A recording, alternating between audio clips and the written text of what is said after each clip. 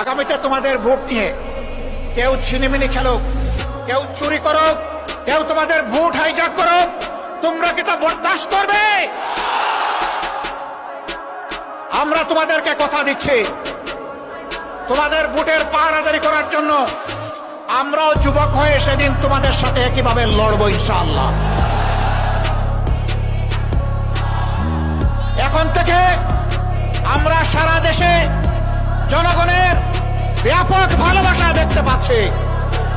এই ভালোবাসা ঈর্ষান্বিত হয়ে মনের জ্বালায় অনেকে আমাদের ব্যানার, ফেস্টুন, প্লেকার্ড, আমাদের পোস্টারগুলো ছিঁড়ে খান খান করে ফেলছে।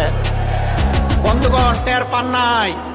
জনগণ আজকে আর গাছের পোস্টার, লাইট পোস্টের পোস্টার, রাস্তার উপর দড়ি দিয়ে সাঁটানো পোস্টার দেখে সিদ্ধান্ত নেয় না।